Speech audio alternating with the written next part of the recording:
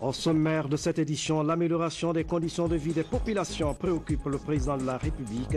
Le professeur Alpha Condé multiplie les contacts dans ce sens et s'est entretenu avec les dockers du port autonome de Conakry. Le gouvernement s'implique dans la lutte contre les mutilations génitales féminines. Des textes interdisant cette pratique ont été rendus publics.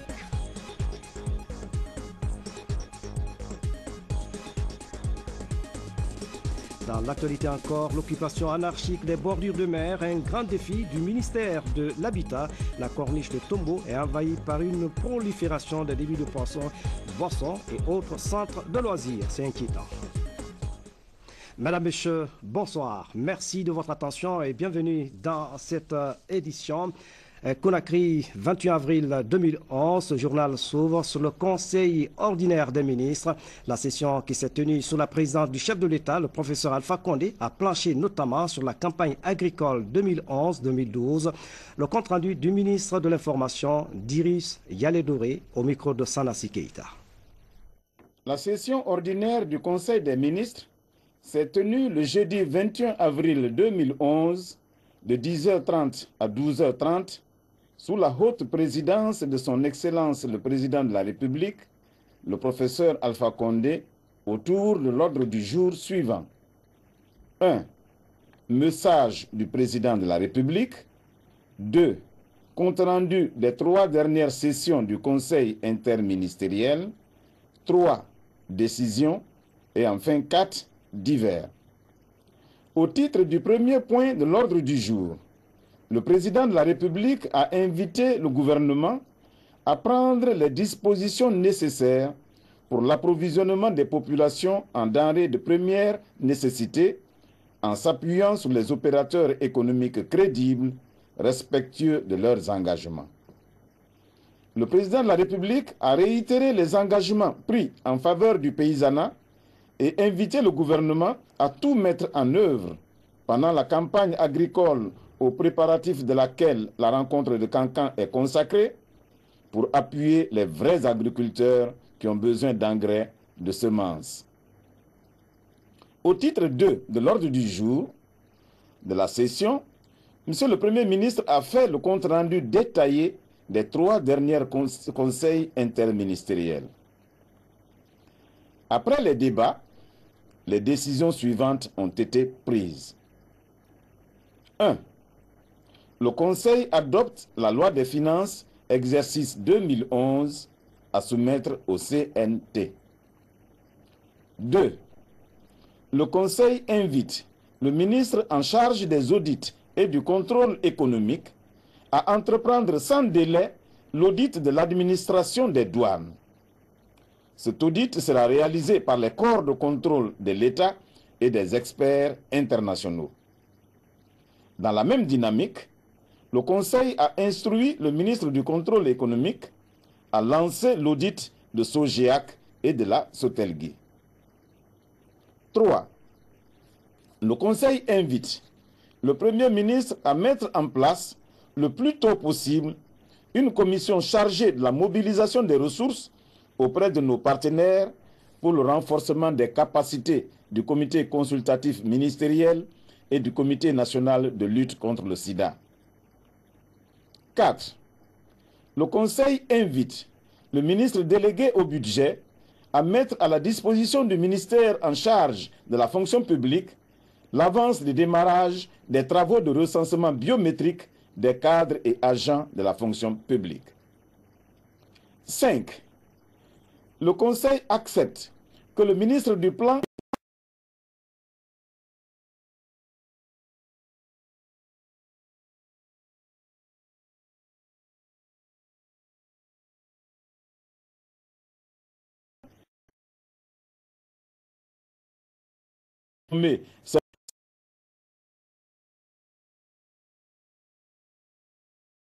de formation à l'intention des jeunes diplômés ou non. Programme adapté au secteur à forte intensité de main-d'œuvre tels que l'agriculture, les mines et autres secteurs. 7. Le Conseil invite et celui des NTIC à lui soumettre un projet de loi pour baliser le processus de migration de l'analogique au numérique et à accélérer la mise en place d'une commission de travail à cet effet. Le Conseil entérine le projet d'occupation du Mont Kakoulima pour améliorer la couverture télévisuelle de la Moyenne Guinée et de la Basse Guinée. 8.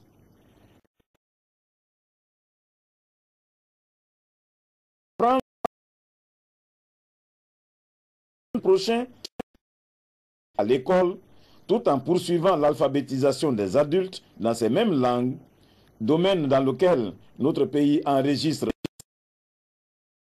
une figure de pionnier de l'indépendance africaine. 9. Le Conseil a réparé de toutes les licences et autres permis de coupe de bois. Le gouvernement va plutôt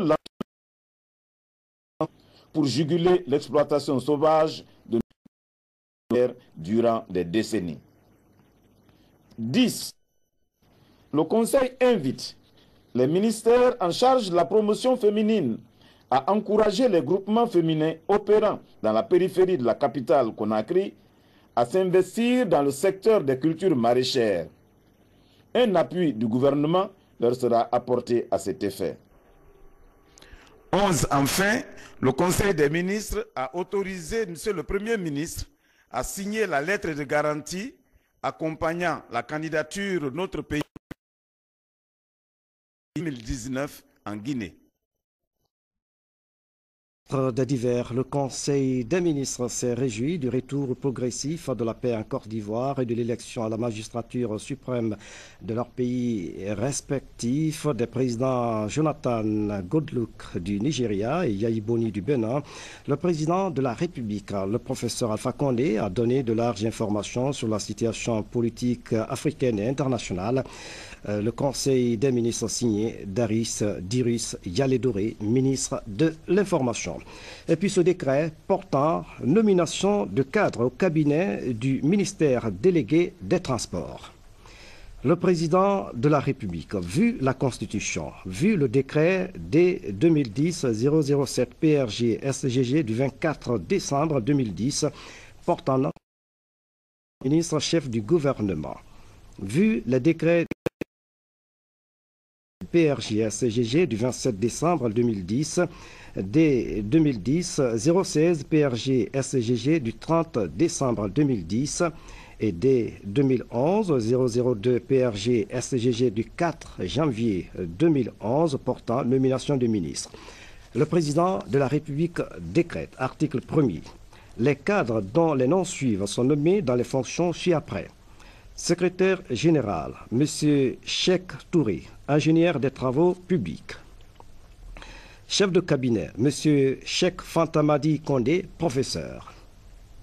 Conseiller technique, Mme Oumou Diallo, administrateur civil précédemment en service à la Direction nationale de l'aviation civile. Conseiller juridique, M. Ahmed Halabi, juriste confirmé. Conseiller économique, M. Ibrahima Souri Kaba, administrateur civil confirmé. Conseiller chargé de mission, M. Mohamed Souma, ingénieur en télécommunications aéronautiques confirmé. Article 2, le présent décret qui prend effet à compter de sa date de signature sera enregistré et publié au journal officiel de la République, Conakry, le 21 avril 2011, signé professeur Alpha Condé. Le président de la République est attentif aux préoccupations le mouvement syndical et les acteurs du secteur informel. Le professeur Alpha Condé s'est entretenu hier mercredi avec les dockers du port autonome de Conakry. Objectif, trouver des voies et moyens en vue d'améliorer les conditions de vie des travailleurs du port. Voici le compte-rendu signé de Sanassi Keita. Il est à l'écoute de tous les secteurs pour réellement toucher du doigt les vrais problèmes en vue de cerner les contraintes afin de trouver des solutions idoines. Le président de la République, après avoir rencontré récemment les opérateurs économiques du pays, fait face cette fois-ci aux dockers du port autonome de Conakry. Au total, 1500 personnes se chargent de la manutention et du transport des marchandises. Aujourd'hui, Cette couche est représentée par ses propres responsables chez le chef de l'État pour lui expliquer ses préoccupations quotidiennes.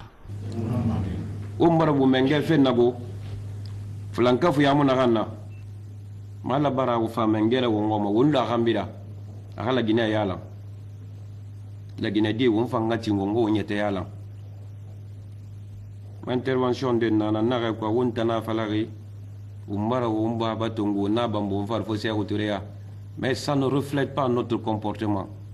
La Guinée Canarie est tagi awame biron oui mo libiri na konna I kobe sa matabari ring awala umba nama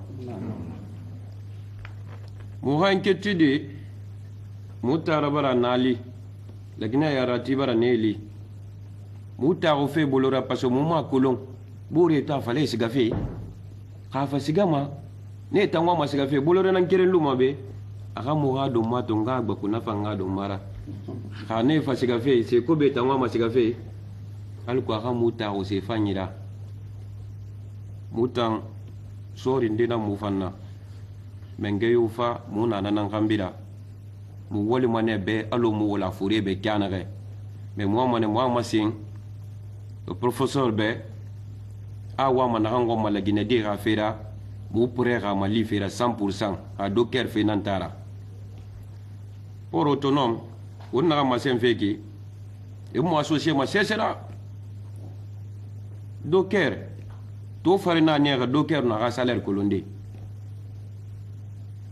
allo me fanyinde dangina neto kelerna nana to mu kusangi Ibrahima Jakaria Touré anora patron Jean-Jacques Grenier ni na fala docker ya makini kini e rama le be kerem fi mu mutana ra guruma amuna kire hay to na fe nana hanare malla gunde malla na khasar na fi mamuma ane siga ma fo mu nga yire gbete na mfen alko mu wana na fala debe gife na be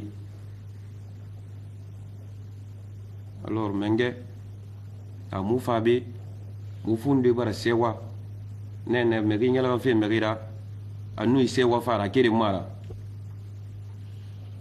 menge no taloide hala mura fe ma bire no bela bombo fe fankele bela bombo be ni sewa rana tankele ri sondo inama isondo mo fe nanaki a total mu royin onna menga fe gere ma so fe mu ma sen kirentina be mu ma de bara findi mengera me gaye me ri fa na ne yama altala mo go tongona miskine 100% namura se femme la Guinée bo ko bala kananie muna kana re minere ki mengena na kana altala kiren na kolo me na kan yo la Guinée di mali mala kananie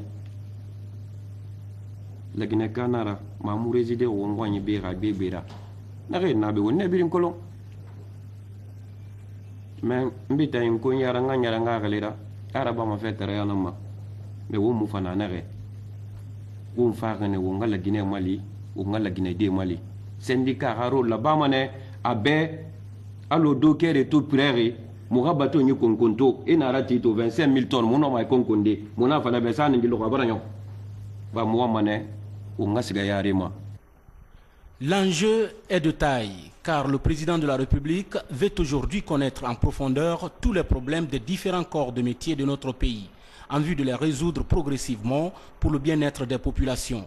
Pour ce faire donc, professeur Alpha Condé a appelé tous ces dockers du port autonome de Conakry à s'y mettre davantage dans le but de développer leur secteur tout en se départissant des mauvaises habitudes.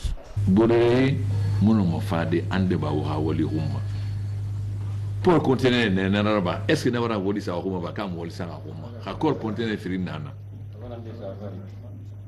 Boler fambara flambe a ntan na rantifié, il vient ratera et rapport lié parce que ma pour profondeur d'un rapport là. Donc nawa au plan na ba na plan na membe la manga rapport de qui n'a rien. Alors que do bien à le niveau kirin parce que mon niveau kirin au mon mo wolide. Donc enfin na investissement fait han arage à port conteneur là bolé fanka chenel banagnon comme ça bi na niveau kirin na nek au port conteneur fin saton et puis benti femme à la bade et comme ça on va doubler la capacité de comme ça on a le financement Matakan Tamboumane, parce que c'est un peu compliqué. Parce que Matakan, Benti là-bas, Matakan n'a pas route. Parce qu'il y a les GT, enfin c'est un peu plus, ça mettra un peu plus de temps. Mais Benti, nous comme ça, là, il y a ma fouille. Donc on a un abama, on a avantage à qui on mène, nous assistons à tout. Nous sommes à 10. Na 10 ans, il faut nous garder. Ça, c'est les avantages acquis. Nous avons 10 garderies. Nous avons amélioré de 10. Mais, pour l'autre fois, il y a 10 ans, il faut 10 ralouner. Parce que nous avons un avantage acquis. Nous avons un acquis. Nous avons un avantage. Nous avons un avantage. On a discuté. Quand on a fait, moi j'ai ma boucolo, mon bien ma boucolo, mon c'est ce que l'on a ma colonne ça. Mon pauvre n'y a qui colon. N'a pas un peu, au bout d'un don. On a fait que moi. Mais, il va se cotonou. On a masqué de cotonou. Parce qu'à Abidjan, on te pauvre n'y a Madina. Pour on a rabadé. Alors on a bien ce moyen. Où est-ce que vous avez un pauvre n'y a Madina? Parce que Guinée on m'a dit on l'a on m'a on sabirimbe ou les nana on s'est monté boire on m'a dit est-ce que Cotonou de la situation fantangue au bébé quand vous faites bébé régler fond bébé et bébé fond au bébé dit on a moto on va faire ah m'a fait de vous recopier on a mais Cotonou et n'a pas fait on va de bon ramato ni se fanna o mbenayama ou bien où Abidjan ou bien où Dakar on motona ni se fanna benoyama ou non man ni se tongo de menni ba ribo ba dangira amato non man ni se tongo da ho ina remese mba fala de anana ba ma ba wa bo kire mara mais au moins ina man se tongo da hambi na de ça mais rafi fali ma fala fait que je te manera sur Amérique qui n'a bien voulu nara. Ce sont des propos qui rassurent ces dockers du port autonome de Conakry. Pour eux, c'est la première fois qu'un chef d'État les rencontre pour échanger avec eux sur leurs conditions de vie et de travail. Les 1500 dockers, par la voix de leurs représentants, ont tous affiché leur engagement à soutenir le président Alpha Condé dans ses ambitions de transformer notre pays. Les jours à venir, professeur Alpha Condé va également conférer avec d'autres corps de métier de la Guinée. Sans transition, direction Kamsar, dans la préfecture de Bokeh, où le Premier ministre a rencontré les responsables de la compagnie CBG. Mohamed Saïd Fofana a souligné les raisons qui justifient l'élaboration du nouveau code minier, un projet qui devrait permettre aux populations de bénéficier de revenus miniers. Hadi Kamara signe ce reportage. Le directeur exécutif du Bureau international du travail a eu un tête-à-tête avec les représentants du patronat guinéen. Cette rencontre a permis à Hassan Diop de discuter avec les employeurs des propositions concrètes pour améliorer leurs conditions de travail. En réponse, les représentants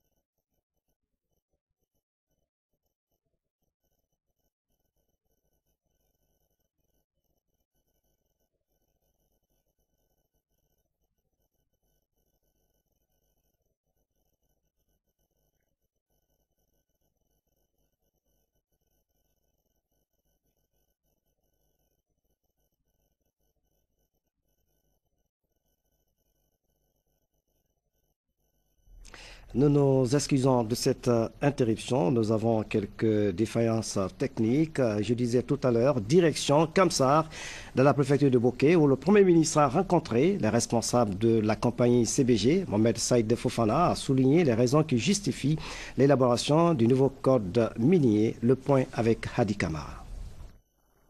Lors de son récent séjour à Kakandé, le Premier ministre chef du gouvernement a rencontré le staff de la direction générale de la CBG.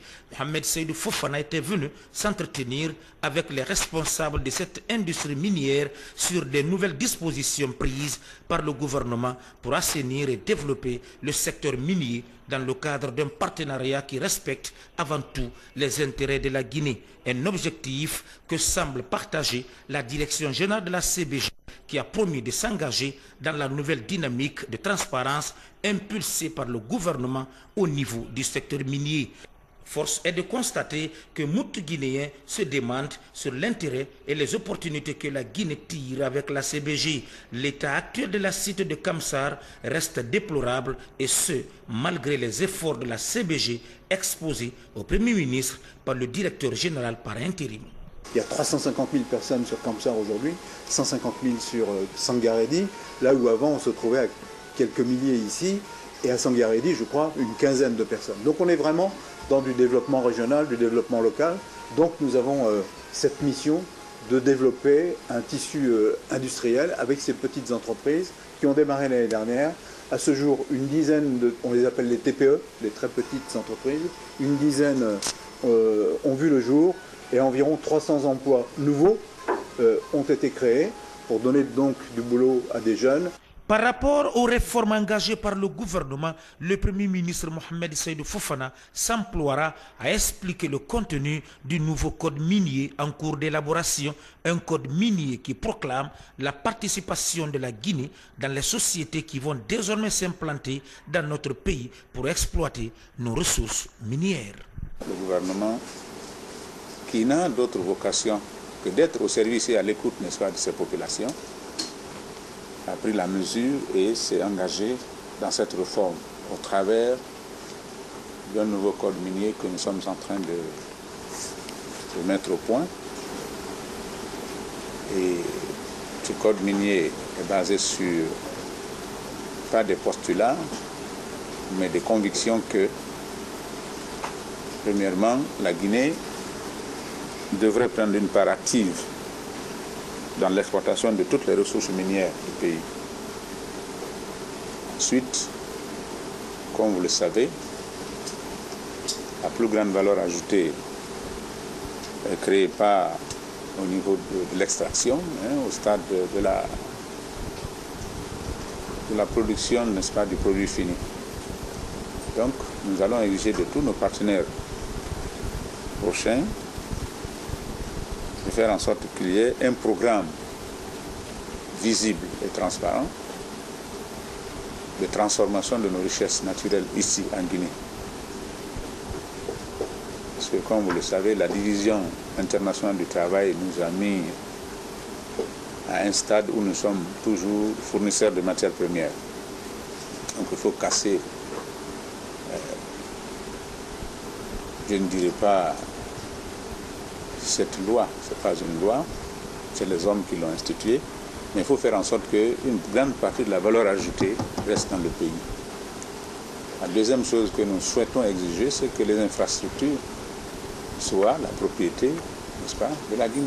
La corruption a fait en sorte que beaucoup de contrats ont été signés ces dernières années qui ne prennent pas en compte les intérêts majeurs du pays.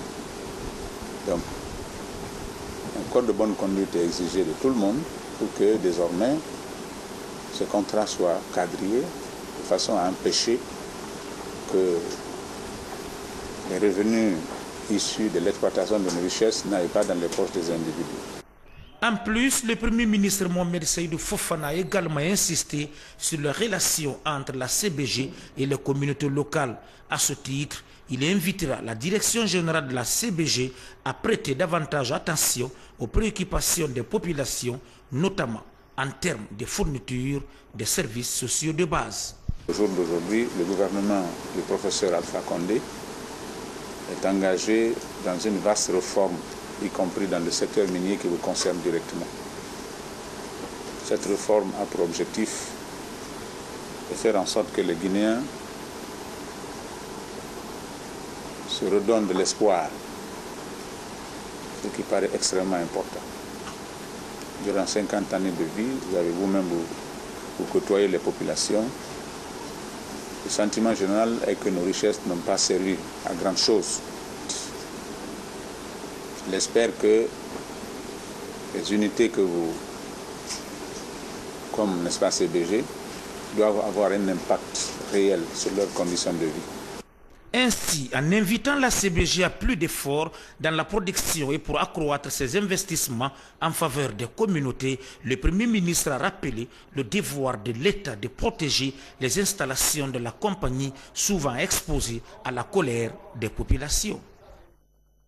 La question de l'exploitation minière figure donc au cœur des priorités du gouvernement guinéen. Un symposium se tiendra le 10 mai prochain à Conakry. Il s'agit de passer en revue les difficultés qui assaillent le secteur des mines. Et une conférence de presse a été organisée à cet effet ici à Conakry. Alpha Kabinet Koulibaly était de la partie. Dans le cadre des activités de promotion du secteur minier guinéen, le ministère des Mines et de la Géologie organise du 10 au 12 mai 2011 à Conakry le 5e symposium minier. C'est en prélude à cette rencontre des géants du monde minier que les autorités du ministère des Mines ont organisé cette conférence de presse. Il s'agit de passer en revue tous les problèmes liés à la promotion du secteur minier guinéen. Placé sous le signe Mine, bonne gouvernance et développement durable, le symposium Mine Guinée 2011 s'inscrit dans la dynamique du changement engagé par le chef de l'État, le professeur Alpha Condé.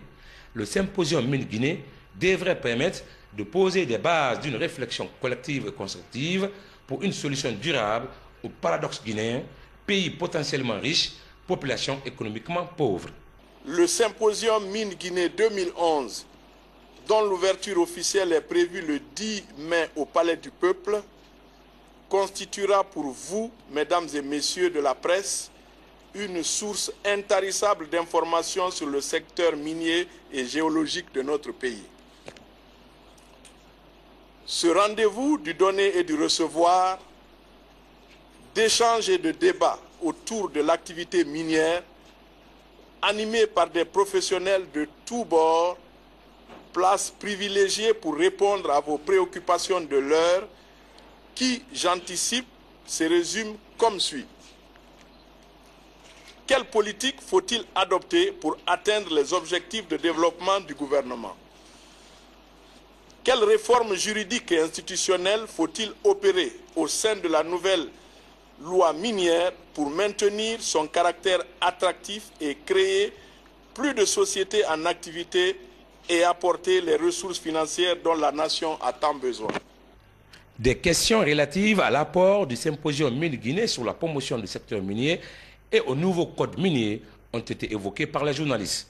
Toutes ces questions ont été répondues à la satisfaction de tous. En déplacement, le directeur exécutif du BIT, Bureau international du travail, vient de séjourner en Guinée. Assane Diop a eu des entretiens fructueux avec les autorités guinéennes. La démarche vise à trouver des stratégies efficaces censées améliorer les conditions de vie des travailleurs. Nouhou Diallo nous fait le point.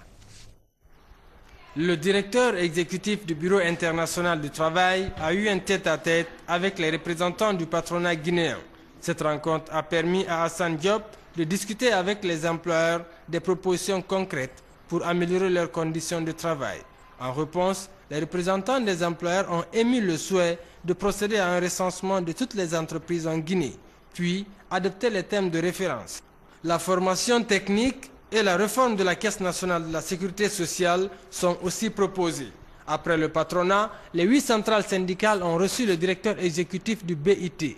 Ici, les discussions ont porté sur la mise en place d'une politique nationale de la sécurité sociale, l'instauration d'une inspection et d'administration du travail et la mise à niveau des cadres guinéens. Le fait que le chef de l'État lui-même décide de vous rencontrer trimestriellement en dit long.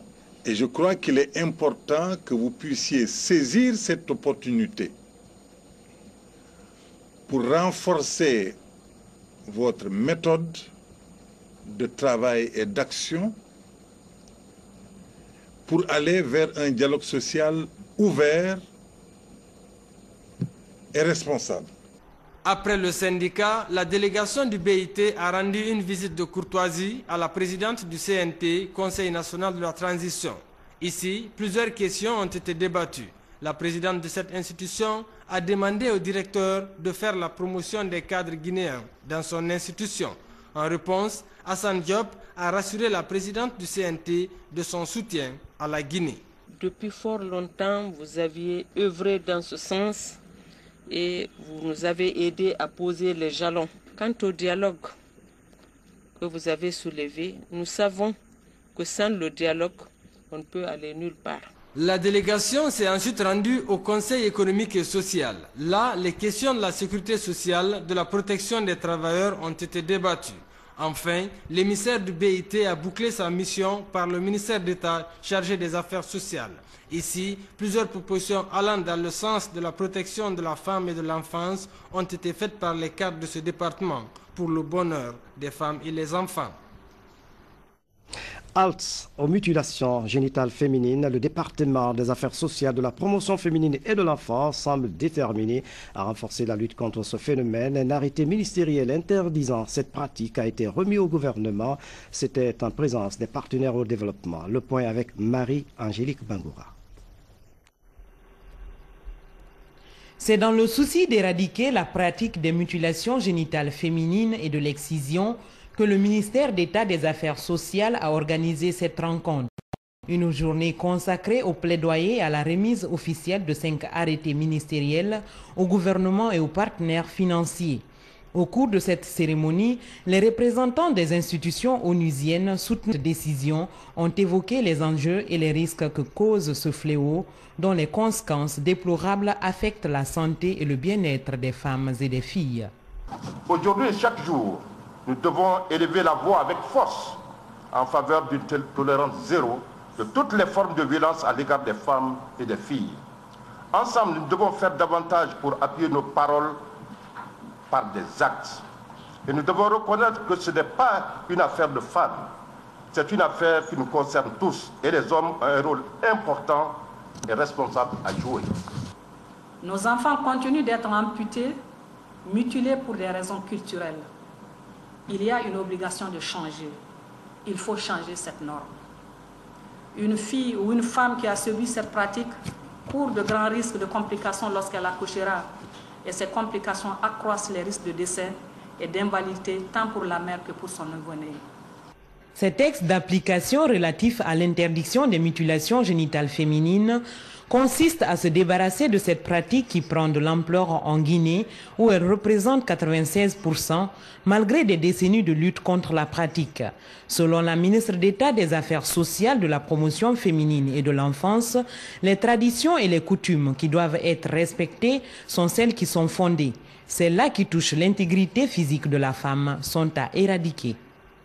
La gravité et l'urgence de la problématique de l'excision mérite une plus grande attention et requiert de la part des décideurs un engagement plus ferme, aux partenaires un appui technique et financier constant en vue de parvenir à une transformation positive de notre société à travers l'abandon définitif d'une tradition aux racines séculaires. Pour atteindre donc le but visé, il est nécessaire d'impliquer toutes les couches en faveur de cette lutte, notamment les chefs religieux, les leaders d'opinion, les communicateurs traditionnels et les parents qui pourront mieux s'investir pour que le droit des femmes et des filles soit respecté. 3,5 milliards de francs guinéens, c'est le montant que WACF Bidi Guinée accorde au développement du secteur de l'éducation. Ce montant est destiné à la construction des infrastructures scolaires et au développement des foyers coraniques. C'est l'une des conclusions du 13e session du conseil d'administration de cette institution qui vient de se tenir à Conakry. Reportage, Haya Ramatoulaye Touré. Les échanges ont porté sur la redynamisation et le renforcement de la coopération pour permettre à la Guinée de bénéficier de l'appui financier de cette institution islamique. Le directeur du bureau régional de la BID a réitéré l'engagement de son institution à accompagner les autorités guinéennes pour le développement des différents secteurs, dont l'énergie. Nous avons discuté du programme que nous avons actuellement au niveau de la Guinée. Programme assez riche, avec un certain nombre de projets qui ont des impacts immédiats dans le contexte actuel du pays, notamment en particulier dans le domaine de l'énergie, dans le domaine de l'eau, dans le domaine de l'agriculture. Nous nous apprêtons à lancer une mission de programmation et c'est plutôt dans ce contexte que j'ai eu un certain nombre d'échanges pour accélérer en quelque sorte la solution des problèmes qui existent et pour pouvoir entamer cette nouvelle période. Au cours de la 15e session du conseil d'administration du bureau exécutif de Wakfobid Guinée tenu à Conakry, il a été question de montant de plus de 3 milliards de francs guinéens débloqués par le Wakfobid Guinée en faveur de notre pays pour cette année 2011. Ce montant servira à la construction d'infrastructures scolaires à Zérékouré et à Labé. Il a été aussi question du financement des bourses d'études de formation et du développement institutionnel. Pour le ministre de la Coopération internationale, président du conseil d'administration du Wakfobid Guinée, la priorité de son institution pour l'année 2011 est l'élaboration de nouveaux programmes qui portent sur la formation des jeunes étudiants dans les domaines des nouvelles technologies de l'information et de la communication. Conformément à la convention signée entre Wakfobid Guinée et le gouvernement guinéen, représenté par le ministre du Plan et de la Coopération internationale, le conseil d'administration a approuvé ce jour un montant de 3 milliards 518 millions francs guinéens pour le financement de projets éducatifs et institutionnels. A rappelé que le Wakfobid Guinée est une institution caritative à but éducatif de la Banque islamique de développement. L'État guinéen cherche des voies et moyens pour trouver du travail aux jeunes sans emploi. Des actions sont envisagées pour aider la jeunesse. Le ministre de la formation professionnelle est au micro de Aïcha Diallo. C'est un extrait de la rubrique L'invité. Suivi. La logique et la cohérence que le professeur Alpha Condé a voulu apporter à cette entreprise, il a mis en place 2 ministères principaux qui sont celui de l'emploi jeune et celui de l'emploi et de l'enseignement technique et de la formation professionnelle. Sachant que le ministère du Travail commence à gérer les questions d'emploi à partir du moment où les gens ont un emploi, c'est-à-dire qu'ils ont un travail. Donc, à partir de ce moment-là, ils sortent de la sphère de compétences de mon ministère et de celui de M. Sanoussi Bantamasso pour entrer dans celui du pôle de compétences du ministère du Travail qui s'occupe notamment des questions de réglementation du travail, d'inspection du travail, de contentieux, de sécurité sociale. Et donc là, si vous voulez, pour nous, notre mission est remplie. Ces gens-là abordent d'autres questions qui sont réglées par Mme Tunkara, ministre du Travail et de la fonction publique. Avant ça, notre travail, moi, et le ministre de l'enseignement, de l'emploi jeune, c'est de trouver et de mettre en place un certain nombre de mesures, de politiques pour permettre aux gens qui sont au chômage de trouver du travail.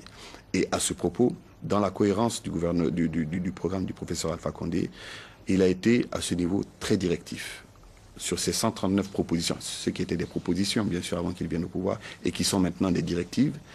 La directive numéro 25 nous dit mettre en place toutes les politiques destinées à favoriser l'emploi jeune. Ce qui veut dire que tout le gouvernement est censé, dans ses actions, favoriser des mesures qui permettent aux jeunes de trouver du travail.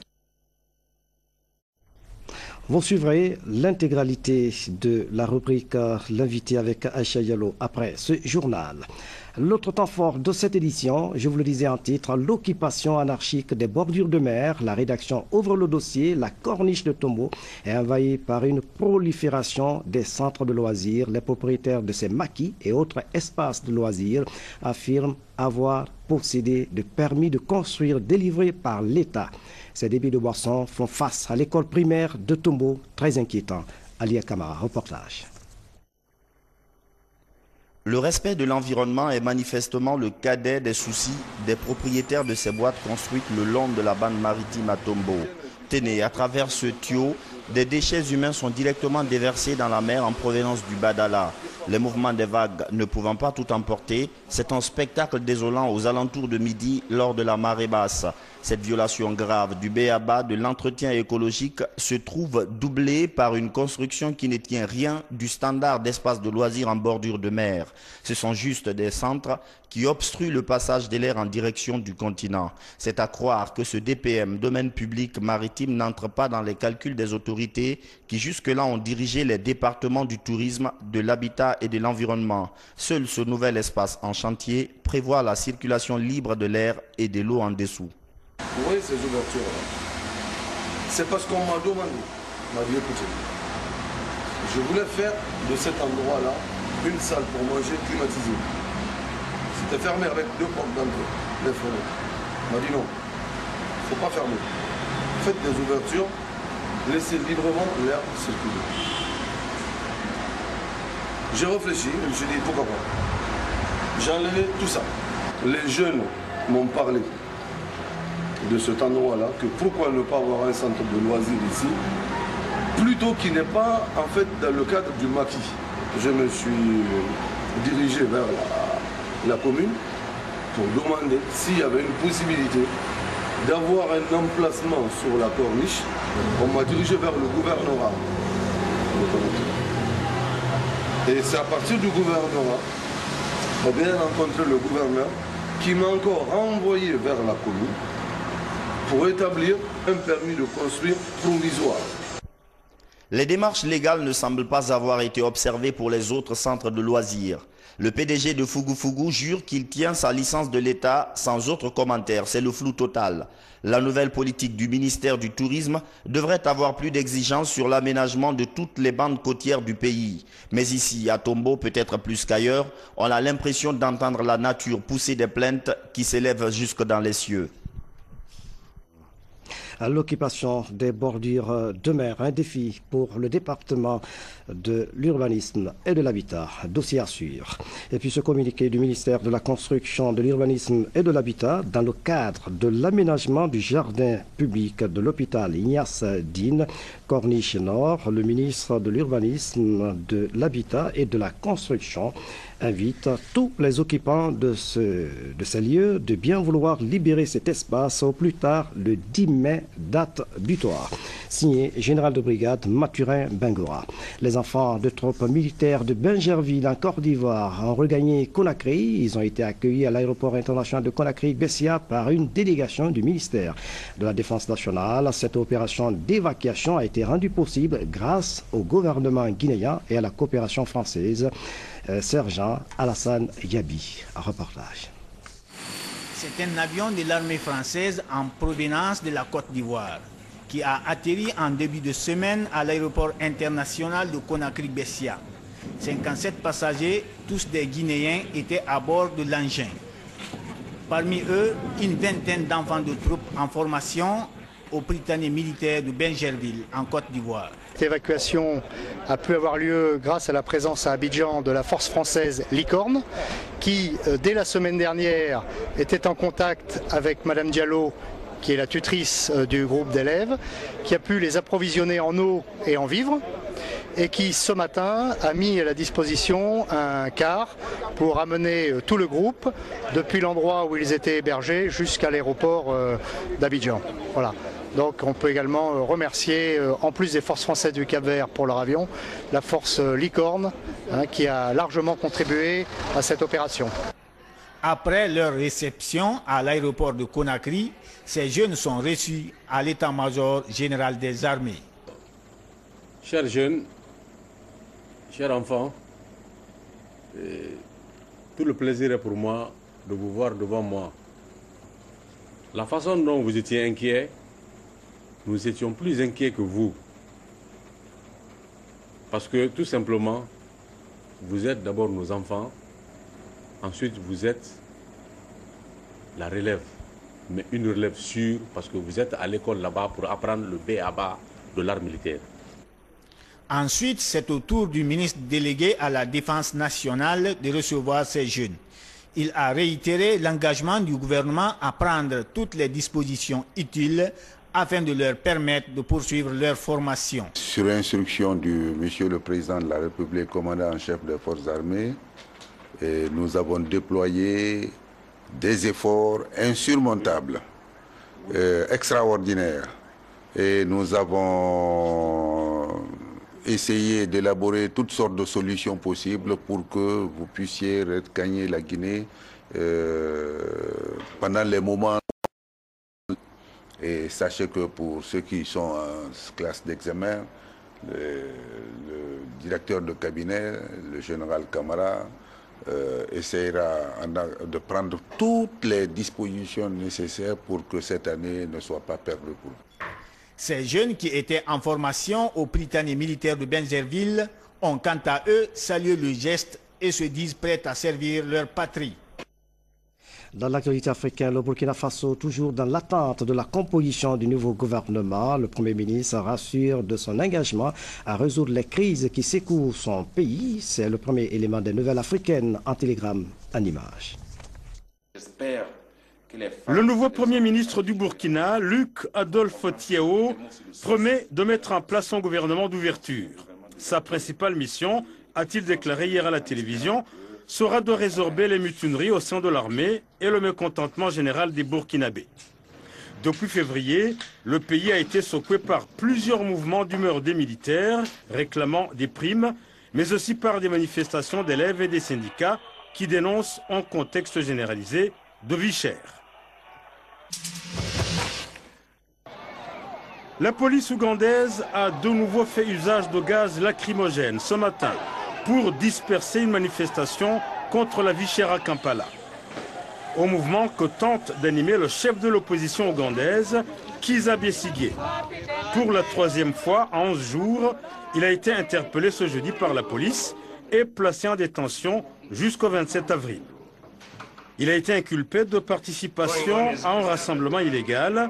Kizza Besigye avait été largement battu par le président sortant, Yoweri Museveni, en février dernier, à l'issue d'un scrutin qu'il a qualifié de frauduleux.